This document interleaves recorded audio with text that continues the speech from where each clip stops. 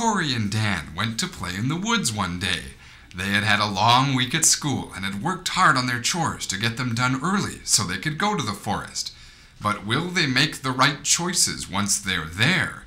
Let's follow them as they learn about safety in the forest.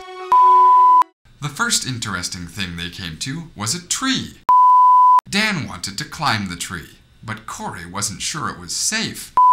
If he climbed the tree, he could easily fall and hurt himself. Soon after leaving the tree, the boys were presented with a problem. Part of the path had been washed away by recent rains. Dan suggested they simply step across. Corey realized this was hazardous. One small misstep could send him tumbling into the washed-out area. The boys came upon a stream. Dan wanted to cross the stream, but Corey wasn't sure it was safe. Those stones looked wet and slippery. He could easily slip and fall, and he didn't want to spend the rest of the day soaking wet. So Dan suggested a compromise. They would sit on a sandbar and dangle their feet in the cold, refreshing water. But Corey knew that even this might not be safe. What if a riptide came and carried him away? Just a little ways down the path from the stream, some trees were blocking the way. Dan suggested they walk around the blockage, but Corey wasn't sure about that. What if a troll were hiding behind the trees?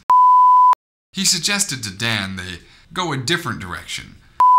In a glen not far from the vines, Dan discovered something unusual. Mushrooms. Corey knew that some mushrooms are poisonous. Dan reasoned if they did not eat the mushrooms, it ought to be safe. But this wasn't good enough for Corey. His parents had told him that some mushrooms could make you see strange things that weren't really there. Plus, he had heard stories about mushroom parts called spores that could get into people's noses and cause a deadly allergic reaction. And suddenly, Corey remembered there were lots of things that could possibly kill you in the forest. Corey suggested it might be time to go home. Dan wasn't sure, but Corey did insist. Both boys learned important lessons in the forest that afternoon. Corey learned there's nothing safe to do in the woods. Dan learned Corey wasn't sure it was safe.